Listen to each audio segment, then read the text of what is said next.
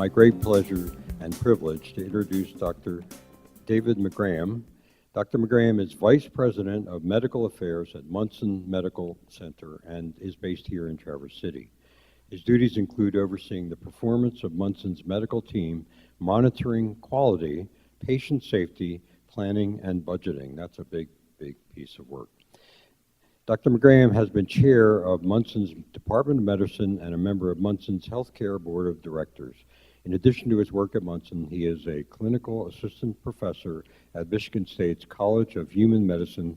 Ladies and gentlemen, please join me in welcoming Dr. David McGraham.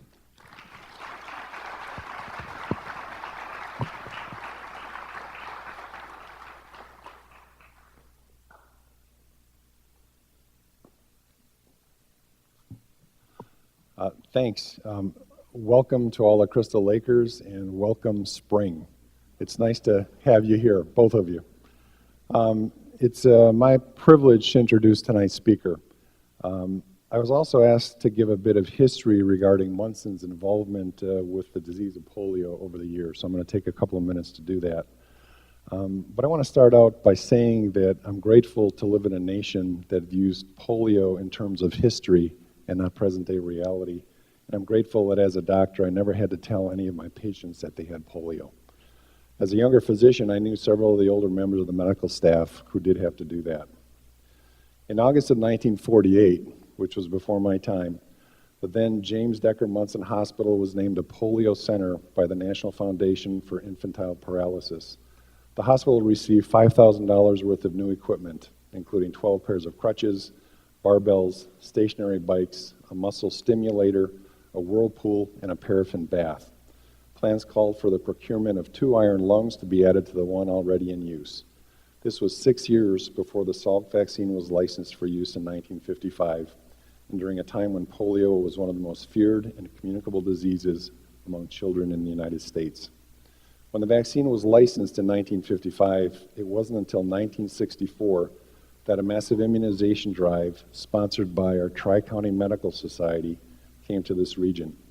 On a single Sunday afternoon in April, 22 stations were set up in Benzie, Grand Traverse, and Leelanau counties, and the Sabin polio vaccine was administered to 36,000 people. Children, parents, and grandparents, and babes in arms older than 3 months, each receiving 2 drops of vaccine on a sugar cube. Any of you remember the sugar cube? Yeah. A second mass clinic involving 40,000 people was held in June of that year, completing the 2 doses of vaccine necessary for full protection against polio. The result of that immunization campaign and those that followed is both history and reality. Polio is not a threat to me or you, or to my family or yours. We take for granted that we have stamped out the disease in this nation, but our speaker knows that the war is not yet complete. Dr. John F. Modlin comes to Traverse City tonight from the front lines of the efforts to eradicate this crippling virus from the world as it continues to find young victims in some of the most poverty-stricken areas of our planet. Dr. Modlin is the Deputy Director for Research on the Polio Strategy Team at the Bill and Melinda Gates Foundation. He also holds the title of Professor of Pediatrics and Medicine at the Geisel School of Medicine at Dartmouth in New Hampshire, where he served until he joined the foundation in July of 2013. He received his undergraduate and MD degrees from Duke University. He performed his clinical training in pediatrics and pediatric infectious diseases at Boston Children's Hospital, St. Mary's Hospital, London, Beth Israel Hospital in Boston, and the Dana-Farber Cancer Center in Boston. He also spent 2 years in the U.S. Public Health Service assigned to the Centers for Disease Control and Prevention in Atlanta. Since 1978, he served on the faculties of Harvard Medical School, Johns Hopkins University, and Dartmouth College. Dr. Modlin's research and academic interests include perinatal viral infections, poliovirus immunization, and vaccine public policy. In the 1980s, he led and/or contributed to a number of HIV treatment trials as a member of the Pediatric AIDS Clinical Trials Group. It was during this time that he also helped to design and conduct clinical studies of enhanced potency polio vaccines, which are instrumental in the decision to change polio vaccination policy in the United States. And there's more. He's also served as Vice Chair of the Pediatric AIDS Clinical Trials Group Executive Committee, Chair of the FDA Antiviral Drugs Advisory Committee, Chair of the CDC Advisory Committee on Immunization, and Chair of the FDA Vaccines and Related Biological Products Advisory Committee. Dr. Modlin lives in Seattle with his wife of 33 years, Sharon, a former advertising executive and child advocate. Their son Andrew is an environmental biologist, and their daughter Chelsea is a student at the Geisel School of Medicine in Dartmouth. They maintain a second home here in northern Michigan. I'm very pleased to invite his accomplished physician, passionate advocate, and northern Michigan neighbor to share his insight into the bumpy road to global polio eradication, Dr. John Modlin.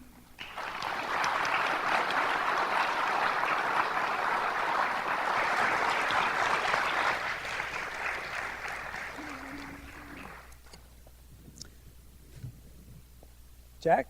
Okay, all set. Dr. Graham, thank you very much. That introduction, frankly, was a little bit over the top, but thanks, I appreciate it. I'd certainly like to thank Jack and Sharon and the members of the IAF for the opportunity to be here tonight. Also like to thank them for the opportunity to return to northern Michigan a week or two earlier than I normally would. So it's very, very nice to be here. I have a lot to talk about, and so I'm going to launch right into this. We're going to be talking about global polio eradication and the changes that Dr. McGraham mentioned, the transition from focus on disease in the United States to the global program, and specifically focusing on the global effort now to completely eradicate polio. First, I've got to start with a couple of basics. Polioviruses, there are 3 types. Each of the 3 types are equally capable of causing the disease, poliomyelitis. And when they cause disease, they replicate, first of all, in the gastrointestinal tract. They spread to other people in the environment. They're transmitted principally by exposure to feces in the environment. So that it's no surprise that the worst cases to find polio are in places that where sanitation is clearly poor. The virus replicates in the GI tract, and then I don't have a pointer with me, and it probably doesn't matter anyway. But if you were a neuroradiologist, and if you could take a close-up look at this magnetic resonance imaging scan, you can see there's some white arrows right there, and that's the typical sign that there's something wrong from a radiologist. And there's actually a linear streak in the portion of the spinal cord that represents the inflammation caused by the poliovirus. And what the poliovirus here is doing is attacking the motor neurons in the spinal cord that innervate our muscles, and with acute disease cause acute paralysis, acute weakness and acute paralysis. The end result of that is this. Dr. McGraham mentioned the iron lungs. Unfortunately, about 1/3 of children who were infected with poliovirus had sufficient respiratory insufficiency that they required ventilator assistance, and the ventilators that were used were these iron lungs, or sometimes called drinker respirators, that you see pictured here. The photo here, of course, I think is going to be very familiar to virtually everybody in this room who is over 60. Represents what we recall of the outbreaks of polio that occurred in this country in the post-war era in the 40s and 50s. And actually a very, very common sort of scene. I think we all clearly remember the intense public interest in polio, as illustrated by these posters from the March of Dimes. The March of Dimes was arguably the most effective of the single disease advocacy programs. One of the very first organizations to begin raise money to attack a single disease, and it was the March of Dimes in a very short period of time in the 1950s, late 1940s and early 1950s, raised the money that was necessary to support the research programs for a number of investigators to study polioviruses and to ultimately develop the polio vaccines. And it was money from the March of Dimes that went to support Albert Sabin and Jonas Salk and others who developed the first polio vaccines.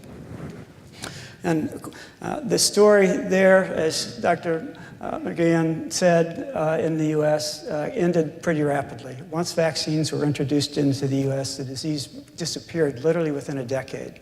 And we've completely forgotten about it. But unfortunately, for about 80% of the world's children did not have access to polio vaccines. And the disease continued to cause large, obviously, terrific morbidity in much of the developed world, particularly in Asia and in sub-Saharan Africa, as shown here. With these kids are all in a polio school for children with polio paralysis in southern India. And then in 1988, the World Health Organization decided to launch a program to completely eradicate global polio by the year 2000. This is now almost 30 years ago. It's still with us. That's why we're talking about it tonight. But the bottom line is I think that we're close.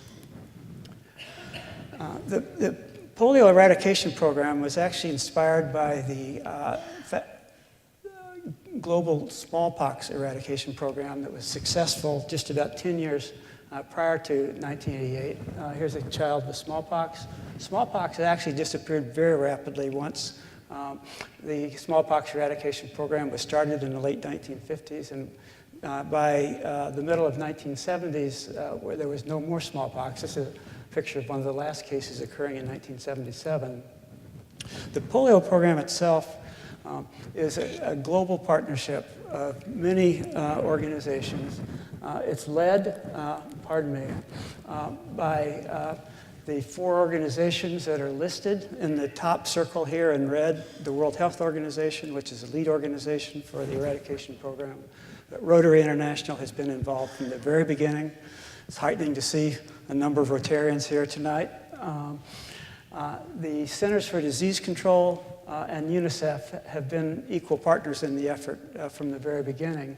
And it was about 6 or 7 years ago that the Gates Foundation transitioned from being a major donor to the program to actually becoming one of now 5 major organizations leading the effort globally, not only in terms of funding, but also in providing technical assistance to the global eradication program. And this is basically, I pretty much described what my role is at the foundation. The program works through health ministries in each of the individual countries and through many, many volunteers. On the left-hand side here in the gray circles is the financing for the program with many, many donors, both from private donors, the World Bank, the European Union, many donor governments. And then on the right-hand side in the green, a number of organizations that provide technical and laboratory support for the program. I need to just very, very quickly digress for just a second and remind us that there are 2 polio vaccines, both of which are very important to the program. One is the oral poliovirus vaccine that was introduced by or developed by Dr. Albert Sabin, who is shown here. The oral vaccine is a live oral vaccine that was developed by passing the virus in cell culture and in primates a number of times. The critical thing that I want to, and we'll come back to this again, is in order for the live vaccine to work, in order for it to induce an immune response, the virus has to replicate in the GI tract. It sounds like a simple issue, but it's not so, because the efficacy of the vaccine, the efficacy meaning the ability of the vaccine to prevent disease, is much, much lower in situations where hygiene is very poor. And so that the vaccine doesn't work as well where we need it to work the most, which is in very low-income countries where gastrointestinal disease and other gastrointestinal infections and disease prevent the virus from replicating in the GI tract. In high-income countries, OPV works perfectly well, as it did in the U.S. And again, as you've heard, has wiped out the disease in this country very rapidly. OPV can be given orally, which of course is a great advantage to the global program. And perhaps just as importantly, that last bullet here, it costs only about 19 cents a dose, so that the cost of the vaccine makes it amenable for using on a wide-scale basis. The other vaccine is the inactivated polio vaccine, IPV. This is actually the first vaccine that was developed by Dr. Jonas Salk a few years before Albert Sabin developed his vaccine. And the IPV has the advantage of being extremely effective when it's given in multiple doses. It's not subject to that same problem that OPV is in terms of having interference within the GI tract. But the problem is it's relatively expensive. A dose of IPV now costs about $2 a dose, and that doesn't sound like a whole lot, but when you're talking about giving hundreds of millions of doses globally, all of a sudden $2 a dose actually becomes too expensive to be used widely, and that's one of the areas that we're working on a lot at the foundation. The eradication program and the elements, the tenets of it are illustrated in this slide. We support routine immunization, routine vaccination of all infants at the right ages, typically within the first couple of months, just like in this country. But most infants receive OPV in routine immunizations, typically at 6, 10, and 14 weeks. The problem with routine immunization is that immunization levels are very low in most of these countries, so low that we cannot rely on routine immunization alone to get anywhere near the levels of immunity that are needed in the population to eradicate polio. For that reason, with number 3 down here in the left-hand corner, the polio immunization campaigns, this is really the cornerstone of the eradication program.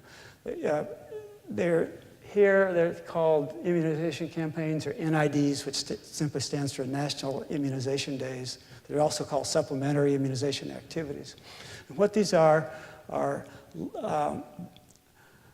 highly organized, massively complex events that are typically carried out either in a single country or in a single region within a large country, or sometimes in multiple countries, where every child under a certain age, typically under 5 years of age, receives a single dose of OPV. And that entire SIA activity typically takes place over a period of just 3 or 4 days. The goal in these campaigns is to reach every single child in the target area who's under 5 years of age. Then the other parts of the program that are important, which is surveillance, that you see up here in the top right-hand corner. Surveillance is carried out in the program mostly for looking for people who are acutely paralyzed. The vast majority of cases of people who are children who are acutely paralyzed are not cases of paralysis are not due to polio, but are due to other causes. And so when a case is identified, a stool sample is taken, it's sent off to the regional laboratory, tested for poliovirus, and then counted as a case of polio if poliovirus happens to grow from the child's stool. Here's a picture showing one of these national immunization days. In this case, a health worker administering the drops to children who are gathered at perhaps it's a marketplace, and this happens to be in Abuja, Nigeria, where volunteers go knocking on the doors, and mothers are asked to bring their children to a single spot, a fixed place, to receive polio vaccine. Here's a young girl receiving, it's 2 drops in the mouth. That's all it takes to immunize, to deliver the vaccine to children. It's very simple. In rural areas, it's a little bit more difficult, and typically what happens is the healthcare workers go door to door, as you're seeing here, and this is a photograph from India. Sometimes people are easier to reach than others. Here's a volunteer with his styrofoam bucket that has OPV virus in it during the rainy season in the coastal floodplains in northern India. And a similar picture, yet another one trying to reach a village across a flooded stream. You can't see very well, but this is simply climbed a rope across the stream in order to deliver vaccine. Again, probably, I think, when we'll come back to the end of this, you'll find it's the dedication of these workers on the front line that really meant the success of the program, whatever success that we have. I want to say a word about surveillance. This is a photograph from Bangladesh, and what you see here is basically just an open sewer at the bottom of a trash heap, and with open sewage flowing through here, and what the men that you see down in the bottom right-hand corner are preparing to sample the water that's flowing through there. And here you see them actually tossing the line out and grabbing a liter or two of basically flowing sewage through here. This is sent off to the laboratory and tested for poliovirus. And since polioviruses are shed in the stool, this turns out to be a remarkably sensitive way to detect whether the virus is present in the community. And you can actually test a sewer like this that may be downstream of as many as 100,000 people in a large area, and pick out and find poliovirus from a small number that happen to be shedding using this technique. And we're beginning to rely on so-called environmental surveillance more and more, because the typical what we call AFP, or looking for cases of paralysis, is becoming more and more difficult to do as the number of polio cases diminish to now very low numbers. And speaking of that, where are we? This is a slide that illustrates the success, or I should say the progress in the program since it started in 1988. In 1988, there were 125 countries in the world that still had endemic polio. They're illustrated in red here, and you can see that they're mostly in Asia, Southern Africa, and to a certain degree in Latin America.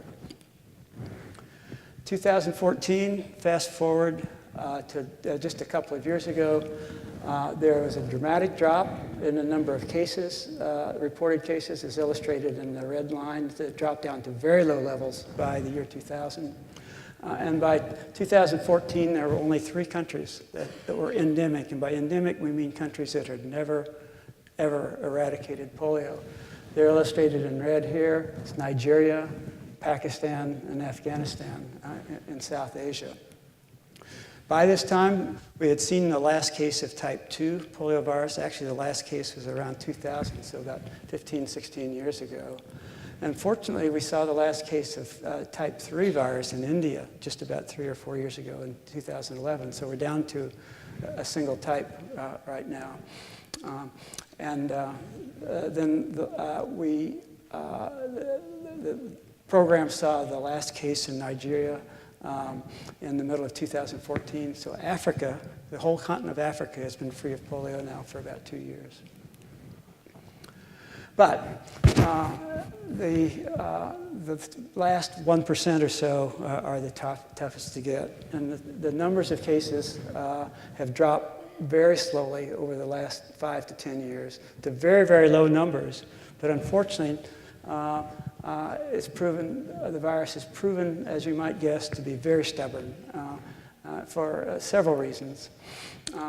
One reason is that once a country or an area becomes free of polio, the virus spreads very, very rapidly. And as we saw this happen just a couple of years ago, virus spreading from Nigeria over to the Horn of Africa, to Somalia and Ethiopia and Kenya. All countries that had previously been, where the virus had previously been cleared. The same year, the same thing happened with virus spreading from Pakistan into the Levant, involving Syria, which of course is chaotic at that time, as it still is. There were cases in Iran, and the virus actually spread in Israel as well.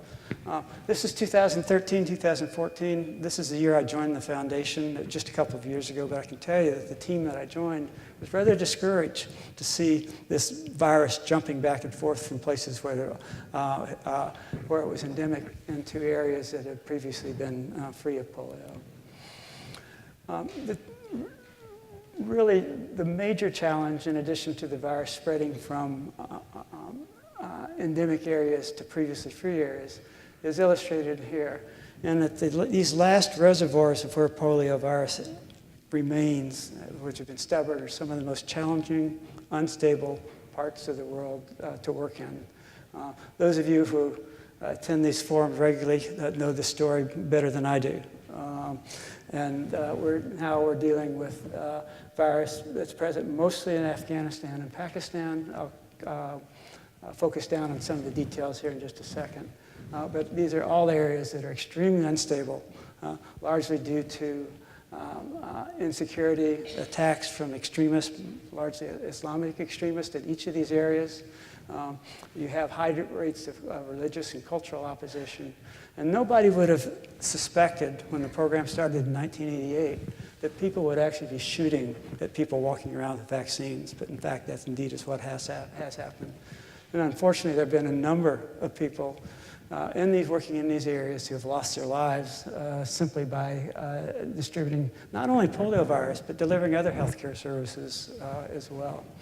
Fortunately, this sort of activity is on the wane. We've seen a lot less of it in the last year or two, but it hasn't gone away completely.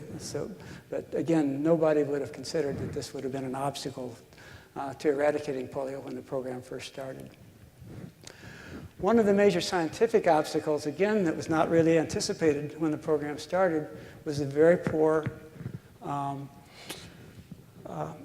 activity of the OPV virus. I alluded to that earlier. These are data from India looking at the efficacy of one dose of oral polio vaccine against the type 1 virus.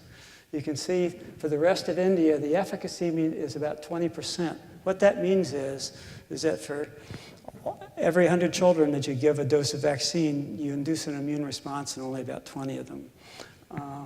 And in other areas of India, some of the poorest areas in India, such as Bihar and UP, the one-dose efficacy is even lower than that, as low as 9 or 10%.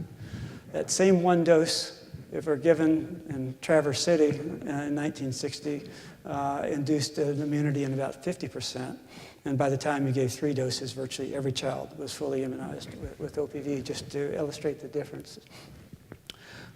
The program recognized that since type 2 virus had already been eradicated, we really didn't need to have the type 2 in the vaccine. And so the type 2 was taken out. And it turns out, the type 2 virus turns out to be the virus of the 3 viruses in the vaccine that replicates the most efficiently. It replicates so efficiently in the GI tract that it interferes with type 1 and type 3 ability to replicate, and therefore reduces the efficacy of the vaccine against types 1 and type 3. So the obvious thing to do was just to take type 2 out of the vaccine. And you can see that when you did that, the difference in the immune response between the trivalent vaccine that had type 2 in it and the monovalent vaccine, the MOPV1, that had just what type 1, the difference in efficacy between these two vaccines is dramatic. This is one of the technical changes that was made in the program now about 5 or 10 years ago that made a huge difference in ultimately getting rid of polio in Africa. And now we have the workhorse vaccine is the so-called bivalent, BOPV, meaning type 1 and type 3, no type 2. And this is a vaccine that's now used globally and it is more effective than the trivalent vaccine that we used for many years. The other interesting, to me, fascinating scientific barrier that popped up was a recognition that the oral polio vaccine virus itself can cause disease. We've always known that there were rare cases of what we called vaccine-associated paralytic polio that occurred in young infants given the vaccine who had developed polio with the live poliovirus, but it was very rare, perhaps 1 case in a million. What this is a little bit different. These vaccine-derived polioviruses are OPV viruses, Sabin viruses, that when given to a child or children in an area where immunity levels are very low, perhaps because their immunization programs are very poor, operating very poorly. In those circumstances, most children are non-immune. The vaccine virus is easily spread from child to child to child, and with this change of transmission, it provides the opportunity for the vaccine virus to back mutate and become develop the phenotypic and the genotypic characteristics of a naturally occurring wild-type poliovirus. And we've recognized now that we have the ability to do genetic sequencing on these viruses, that these vaccine-derived polioviruses are more common than we thought that they were, and in fact have been causing outbreaks for some period of time. We begin sequencing these viruses back in around 1999 or 2000. So since then, we've recognized a number of different outbreaks. They're illustrated in here with the dots on the map. And not surprisingly, the vast majority of these have been type 2 vaccine virus. And the reason that they're type 2 is we take type 2 out of the oral polio vaccine, and so we weren't using it. So many of the kids' immunity to type 2 was lower. Again, not surprisingly, where these outbreaks of vaccine-derived polioviruses are occurring are in the same places that we were seeing naturally occurring polio. Again, for the same reason, the overall population immunity in these areas and their immunization programs were not operating very efficiently. So fast forward to here are the data that I actually pulled off of the WHO website that comes out once a week. As you'll see, it was dated 17th of May, so just a couple of days ago, showing the current status, the current footprint of polio. And it's a little hard to see, but again, the whole continent of Africa is completely free. I don't have a functioning pointer here, but you'll see that Afghanistan and Pakistan are the last two places that have red dots. Those are the cases of polio that have occurred in the last 6 months. And what you can see down in the table, the bottom is in the last 6 months, there have been a total of 23 cases of type 1 poliovirus globally. That's compared to about 51 during the 6-month period before that. And then over on the right-hand side of the table there, you can see that there have been a small number of cases of vaccine-derived polioviruses as well that are still occurring. I'm going to focus down a little bit on where polio is still occurring and why and what we are trying to do about it. This is Afghanistan and Pakistan. The border between Afghanistan and Pakistan is extremely porous. There is movement across the border regularly, very active movement. We consider this from an epidemiological standpoint to be a single epidemiological block, meaning that we don't distinguish between these two countries in terms of how we approach them. And in fact, we recognize now that every single poliovirus that is isolated from a child with polio is completely typed. So we have a complete fingerprint of the virus. Typed by typed, I mean we know what its genetic sequence may be. And you can actually relate one poliovirus to the next, to the next, to the next, and track it just like you can track somebody's fingerprints. We can see that there are sort of 2 areas, or 3 areas, where the virus is circulating around in the same area. The circle up on the top right-hand shows the area of the map where the area region pretty much extends from Peshawar in Pakistan on the south and east to north and west into Afghanistan to Jalalabad. The major trade route between these two cities goes right over the Khyber Pass. This is proven to be an extraordinarily challenging place to work with both Afghani and Talibani in Pakistan, operating on either side of the border and going back and forth across the border, and sometimes allowing people to immunize kids and sometimes not. The other focal area of transmission is down here in the more southern part of Afghanistan, down in what we call the Quetta, and that virus, those viruses are very much related to one another. And in both cases, both of these larger areas of transmission are fed and simultaneously feed into Karachi, which is a circle down in the bottom, with vast routes of trade movement between these areas and the city of Karachi, which has proven to be a very, very difficult place to work as well. And so we call it the Karachi centrifuge. And Karachi feeds both of these other areas and vice versa. So this is the current sort of geoepidemiology of wild-type polio type 1 right now. This is focusing down on that area between Jalalabad and Peshawar on the map here, and you can see the number of red circles and blue circles all relate to small outbreaks of type 1 poliovirus that have occurred over the last 2 years and the locations where they are across the road. This one area represents about 2/3 of all the cases of polio that have occurred in the last 2 years. So it's not surprising that this area is receiving intense attention from the program in terms of doing everything possible to interrupt transmission in this localized area. What are we doing? There have been a number of innovations that have occurred just in the last couple of years. One that's been surprisingly, I shouldn't say surprisingly, but has been very, very effective, is the introduction of what are called Continuous Community Protected Vaccinators, CCPVs. Until now, most of the workers in the program have certainly come from the same area, come from the same country, but they don't come from the same village.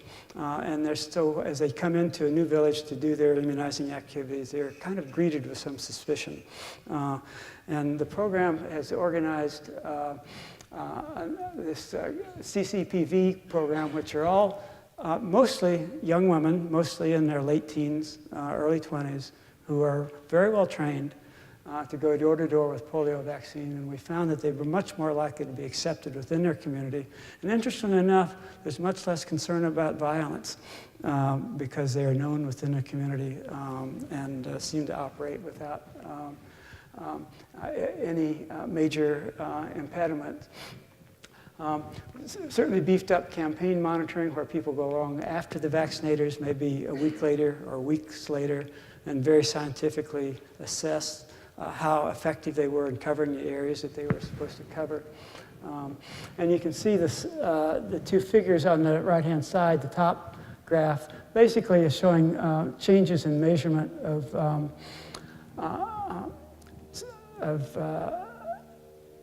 surveillance results where we go in afterwards to get an assessment of how effective a campaign was in reaching the community that it was supposed to reach. And you can see that the numbers have increased pretty dramatically in a relatively short period of time in these three areas that we've been talking about. And then the number of inaccessible children in Pakistan has dropped pretty dramatically, again, just within a period of a couple of years, from hundreds of thousands of children we couldn't reach down to extremely low numbers. It's a picture of one of these female community volunteers that going door to door that you can see with her bucket.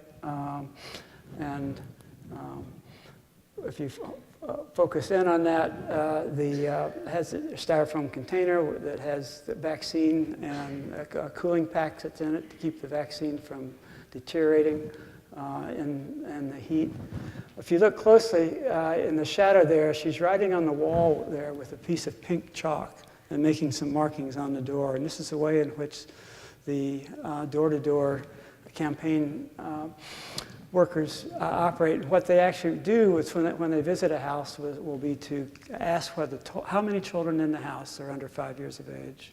Then they'll mark, of all those that are present in the house, how many they're able to vaccinate.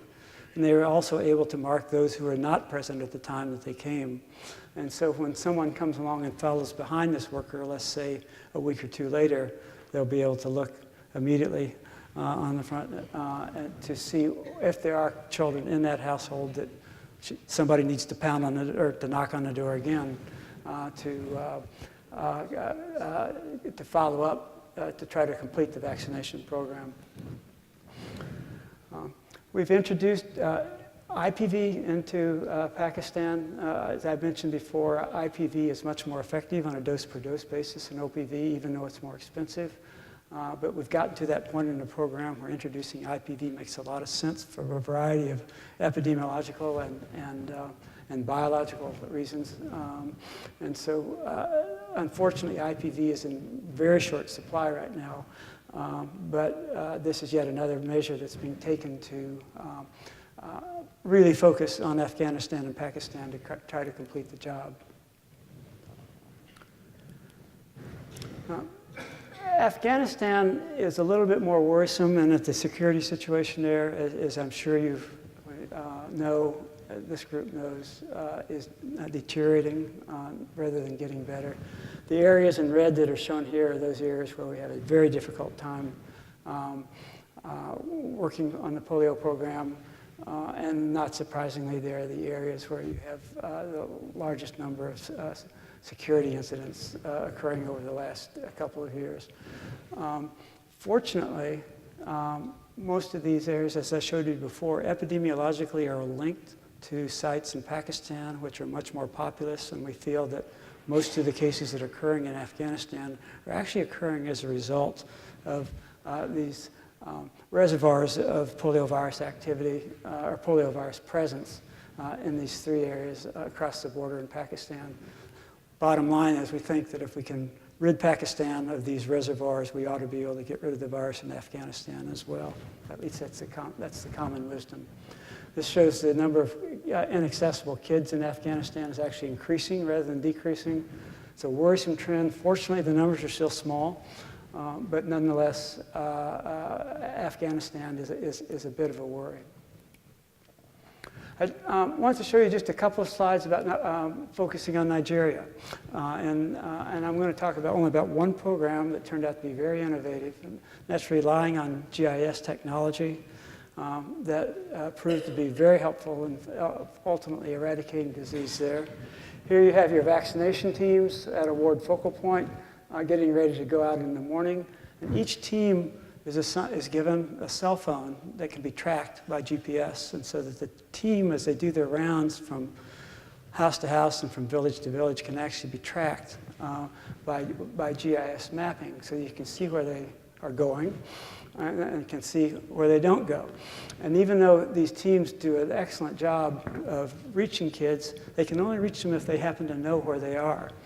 And what this is, and I can't show you the whole thing, but it's a satellite image overlaid by the tracking of these teams. And so I can't show you with the pointer, but one of the larger dark red dots is this village area where the team spends a lot of time going from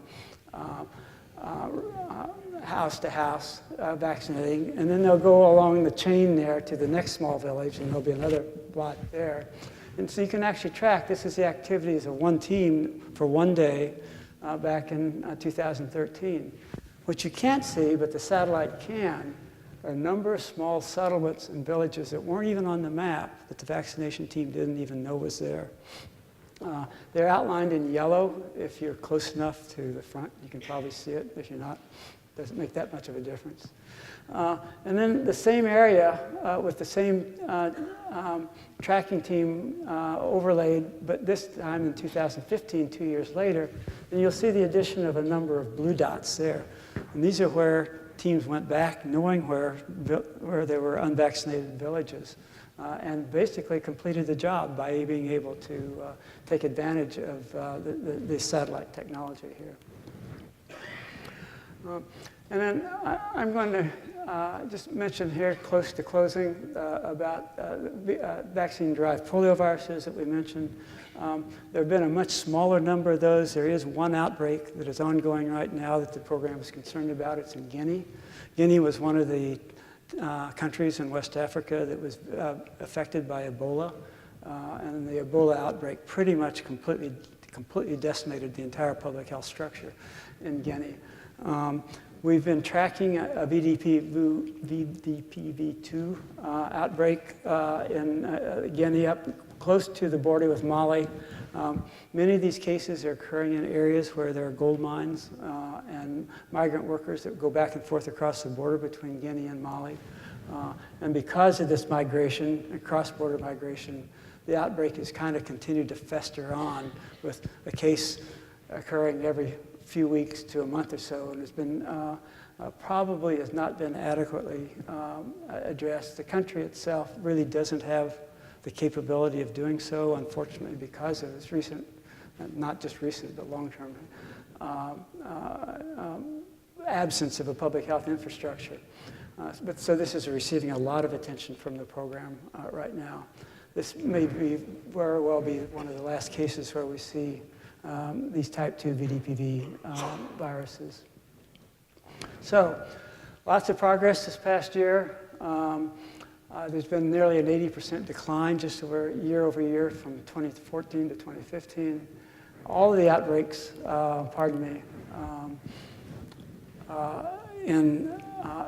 have pretty much been interrupted. And as we mentioned already, Nigeria has been taken off the list. And polio is now, again, confined to just 2 countries, Pakistan and Afghanistan.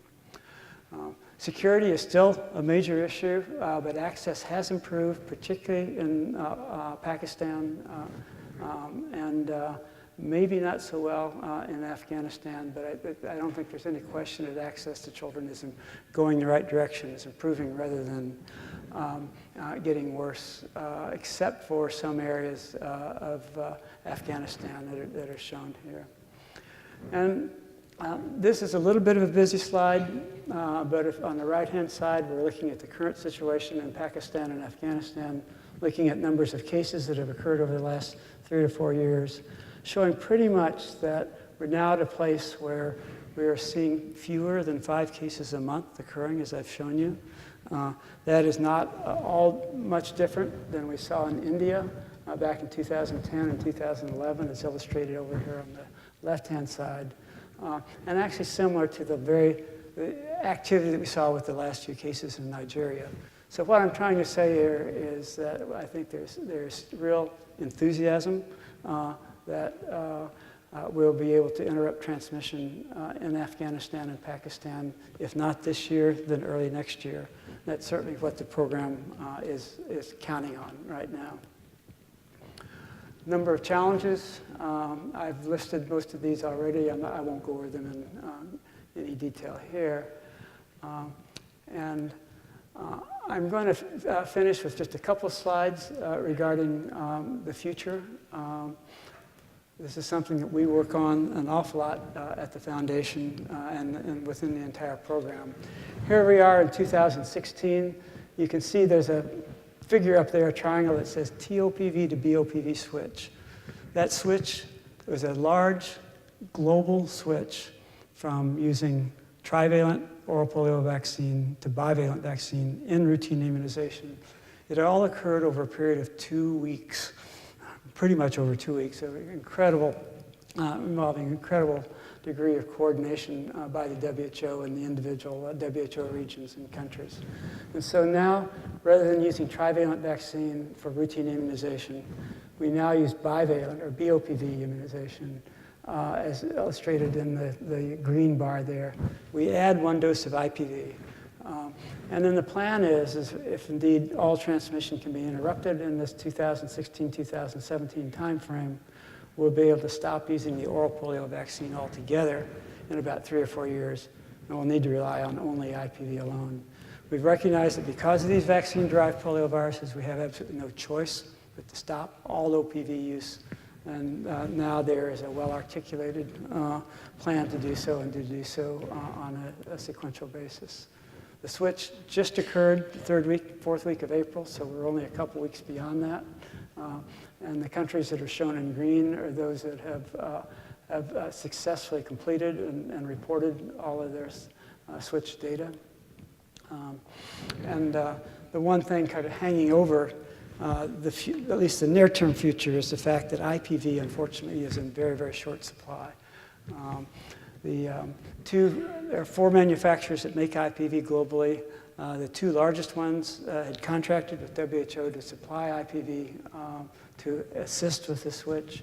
And after contracting with WHO and begin making the vaccine, they recognized that they had major problems in scaling up to make IPV.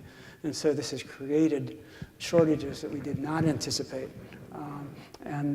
Now the program is trying to work through this and trying to scramble, literally, to figure out how best to mitigate.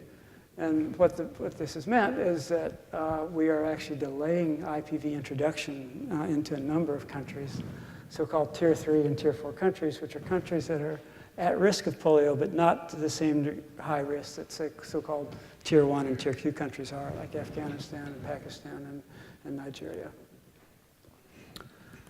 I'm going to wrap up with pointing out that as we come down to the end, I think it's helpful to point out the legacy of the polio program. For many years, polio workers have been focused on, not on just polio alone, but also have participated in contributing to many other public health priorities in these areas. This is the bar graph on the left-hand side with the various areas in green. If you can read it, shows that if you're a frontline worker in a polio program, you're spending 43% of your time on polio, and you're spending the rest of it on other pretty important public health priorities, such as other immunization programs, maternal and child health, and so on. What we're witnessing or likely to see now is the program will be winding down within the next 1 to 2 years. This is a so-called legacy program in which the assets of the polio program will ultimately be transferred, and we're trying to figure out how best to use those assets. Those assets, of course, are people assets, personnel, they're physical assets, but there's some really important intangible assets and programs in the future. And this is a big part of the conversation right now in terms of how best to transition a huge bureaucratic program that has done immense good to focusing on other areas that are important. There will be 16 countries that will be the focus of the transition program. They're shown here again, mostly or virtually all countries that will continue to need support. And I think when all is said and done, I was speaking to a reporter just 2 days ago, talking to a group of us at the foundation who asked, okay, once you see the last case of polio, who's going to win the Nobel Prize?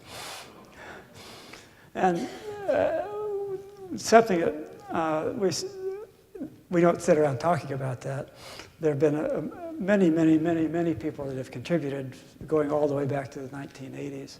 But really, what bubbled up out of this was the people who really deserve the Nobel Prize, if there is one, are shown right here in this slide. They're really the frontline workers who have delivered the vaccine, often at immense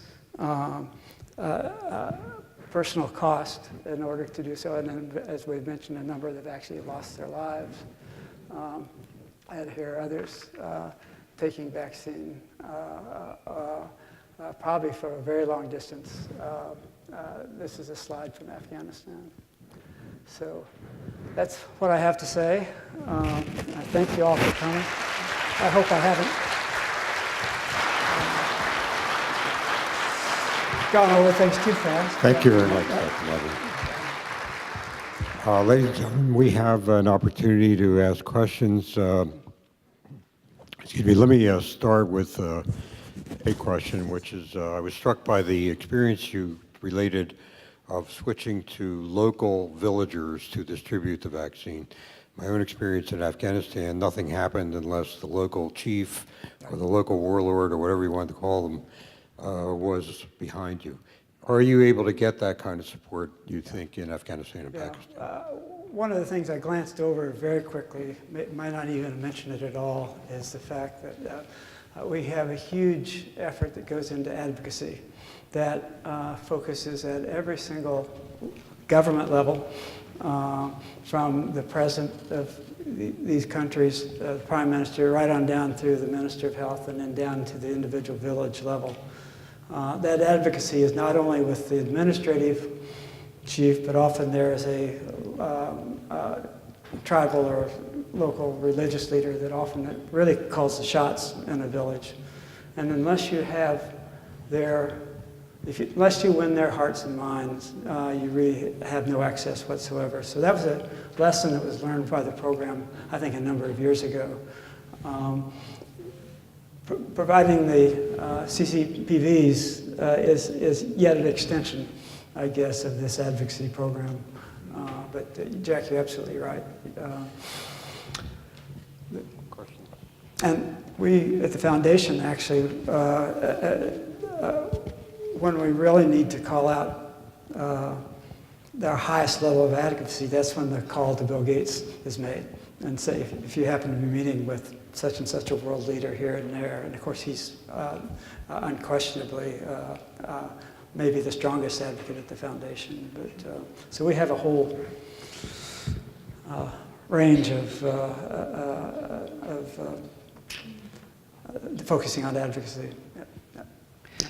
Quick question about what difference has the ability and the focus and attention the Gates Foundation has brought to the issue made possible for the effort? What did Gates do that wasn't possible before in eradication of polio? Yeah, nice question. Originally, it was an infusion of money. It needed cash into the program at a critical time, which would have been about 2006, 2007, which is about the time that Bill and Melinda, Bill Gates, left Microsoft, and both of them began working at the foundation on a full-time basis. I think we all still scratch our heads as to why he picked polio, amongst many, many other possible and important needs. He was convinced by a physician named Bill Fagey, who was one of the former directors of the CDC, who had been very much involved in the smallpox eradication program. Bill Fagey was a native of Seattle, was the first director of the Gates Foundation. He obviously had Bill's ear, and so I think that this is personally how this played out. At least that's the lore. And if you've ever read Bill Fagey's book, there's a nice, there's a whole chapter devoted to just this. But it was an infusion. The program was chronically underfunded, and that was one of the reasons why it was chronically underperforming for quite a period of time. So I think that, number one, the added financial support was big. But also, the foundation has jumped in both feet with technical support. So we have in our office have about 20 people that are professionals that are all focused on polio eradication. A large group that helps support operations, including teams that go to both. We have an Afghan team and a Pakistani team and a Nigeria team. My team is the research team, so I'm spared going to some of these difficult places, but this is the way it works. I want to thank you for a very thorough description of the history and the current situation. I wanted to offer a historical note because we are in the state of Michigan, and I suspect there may be a few University of Michigan alums here and maybe some ecumenical MSU people who might be interested as well.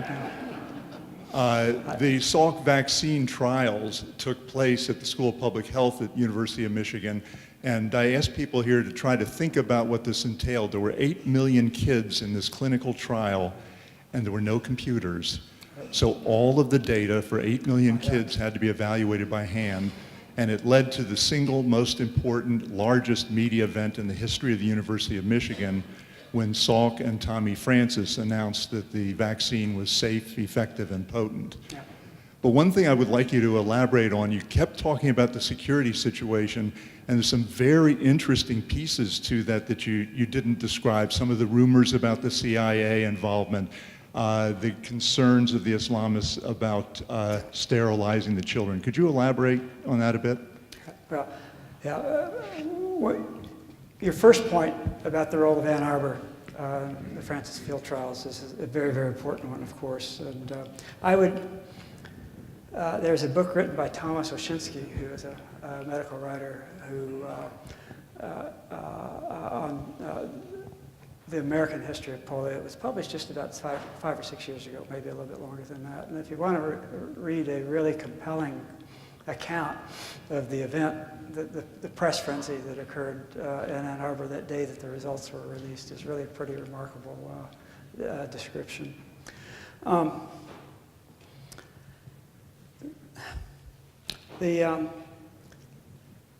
We have tried from a programmatic standpoint and from a philosophical standpoint to try to keep a distance between the issues in terms of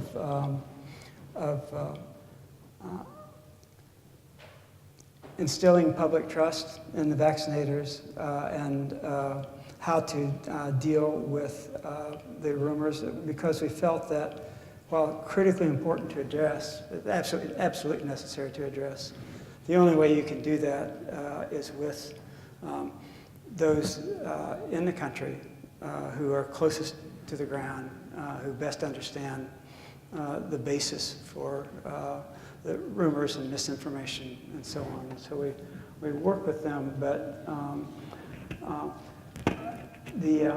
you'll find that each situation is a little bit different throughout the Muslim world, where at least in some of the lowest income and most impoverished areas, there's no doubt that there's and people are for the most part uneducated and get their information only from someone, the local imam or whomever it happens to be in the village. And so it's easy to see how rumors, false rumors, spread very rapidly. There were and still are a number of different rumors, but one is that the polio vaccination is, of course, is always a Western plot. It's a plot that is intended to sterilize our young girls or to transmit HIV infection is yet another. Those are the two major ones, but there are others as well. And so it's not easy to overcome this, and we have as much money as we have spent on polio vaccine, we've probably spent almost as much money in trying to understand and to address just those situations that you described. What impact has the anti-vaccination movement had in America? What effect? Oh my God.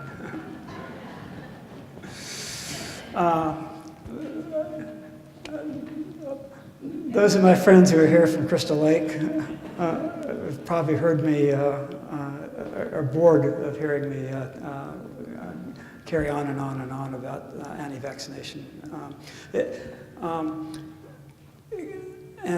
It's hard, even in a very short period of time, to even make sweeping comments about it, to be honest. There clearly has been an effect in terms of, and if by effect you mean reduction in the number of children who receive the adequate number of vaccinations. There has been some small effect, but it has been small. We don't have nearly the same problem that many other developed countries do, particularly in Western Europe and even in Asia, where the public health systems are not necessarily focused just on immunization, and they don't have the strong primary care system that we have here in this, at least I'm referring to the pediatricians who almost all families rely on, and the pediatricians here have been real stalwarts with respect to maintaining the appropriate attitudes. Interestingly, in order to see an effect of the anti-vaccination program, things have to get to be bad enough to a point where children are go unimmunized so that immunity levels in an area will begin to fall to a degree that will allow whatever virus, let's say measles virus, to replicate and to be transmitted from person to person. For measles, that number is about 90%. The bar is very, very high. If you don't have population immunity above 90%, you'll provide the opportunity for the virus to transmit from person to person. And in fact, we have seen that happen just very recently with the Disneyland outbreak that occurred where 130, 140 cases of measles that occurred in California just a year or so ago. And when you look to see what the basic reasons for that is, the vast majority of kids who got measles were unvaccinated. So that outbreak, interestingly enough, had quite an effect in California, and perhaps more widely. And there were an awful lot of families that rushed off to get their kids vaccinated who were unvaccinated as a result of that measles outbreak.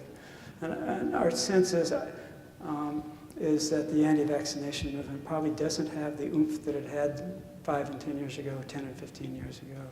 There's still a potent group, but I guess shooting straight to the bottom line, I would have to say that the effect, fortunately, and at least in terms of childhood illness, has been minimal. Yeah. In 1984, Rotary International undertook a project to assist in eradicating polio from the planet Earth. And since that time, I understand from Rotary clubs all over the world, they've made contributions of hundreds of millions of dollars.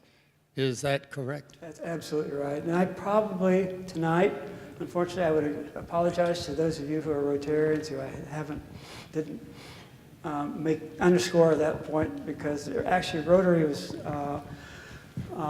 Rotarians were amongst the first to be at the table when the decisions were made about whether to eradicate polio in the first place. And it was Rotary International that pledged to provide much of the funding, and have, as you point out. We didn't get into the nuts and bolts of how the program operates, but of course you saw that Rotary is one of the 5 principal partners now that continue to direct the program. So there's no doubt that we would not be where we are without the involvement of Rotary. No doubt at all. Well, I'd like to first thank Dr. Modlin for a wonderful presentation.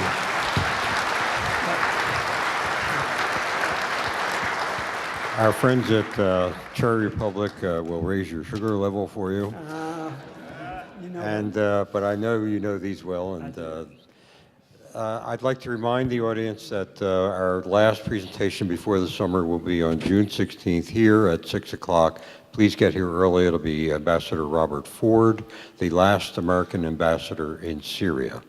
And so that will be a very popular event, I'm sure. I want to thank those of you who are new to the International Affairs Forum and those who are continuing members and supporters, and thank you all for being here tonight. Jack, thanks.